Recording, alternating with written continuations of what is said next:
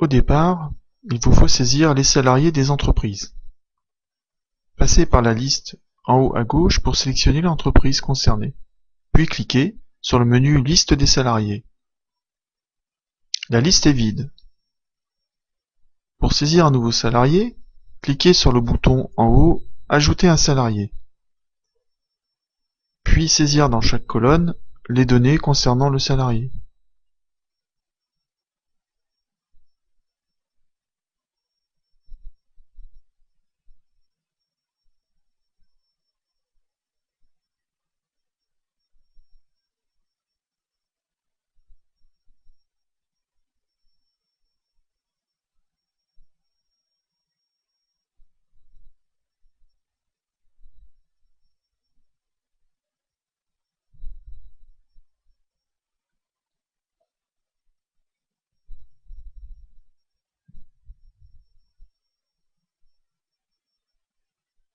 Il est important de saisir une date d'entrée.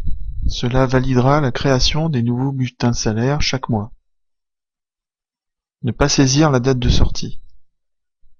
Le jour où vous aurez un salarié qui partira de l'entreprise, il faudra saisir la date de sortie.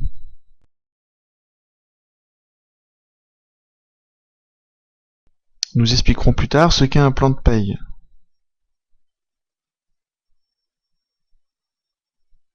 Le champ email n'est pas obligatoire. Cependant, il est très utile pour créer un compte salarié, le compte salarié servant au salarié à récupérer ses bulletins de salaire par l'application.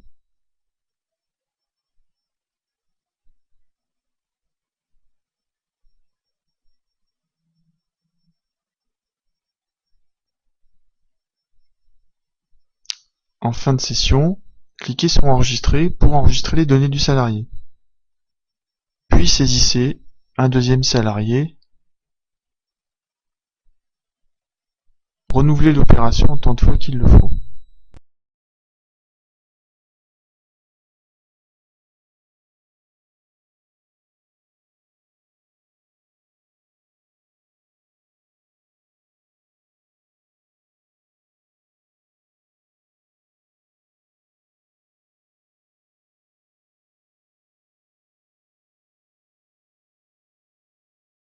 Si l'on repart sur l'entreprise 1 et qu'on va dans la liste des salariés, la liste est vide. Ce qui est normal puisque les salariés que l'on vient de saisir sont des salariés de l'entreprise 2. Revenons à la liste des salariés. Il existe en bout de ligne une barre d'outils. L'un d'eux s'appelle Fiche détail. Cette fenêtre de détail vous permet de saisir le numéro de sécurité sociale, le grade, le nombre d'enfants.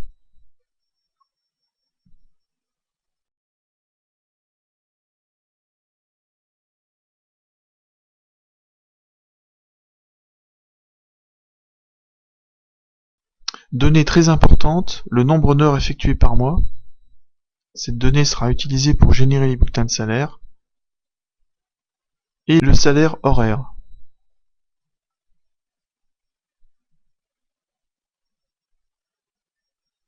Cette fenêtre contient deux onglets. Le deuxième onglet contient les cumuls initiaux. En effet, lorsque vous débutez avec Europay, certains salariés sont dans l'entreprise depuis plusieurs années, depuis plusieurs mois, et ils ont déjà des cumuls qu'il faut saisir à cet endroit-là. Lors de la génération des premiers bulletins de salaire, les cumuls en bas du bulletin de salaire tiendront compte des chiffres que vous saisissez dans cet onglet.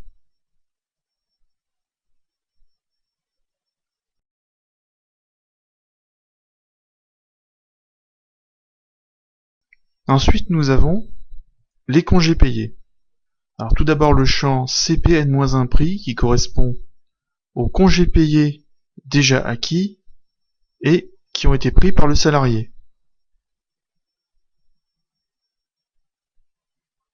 Il y a ensuite le champ CP prix qui correspond aux congés payés en cours d'acquisition prix, c'est-à-dire les congés payés anticipés. Il y a ensuite le champ RCT prix le nom de RTT pris, et le compteur diff, c'est-à-dire le cumul du compteur diff. À la fin, cliquez sur le bouton enregistrer de la fenêtre. Cela suffit à enregistrer les données que vous venez de saisir dans cette fenêtre.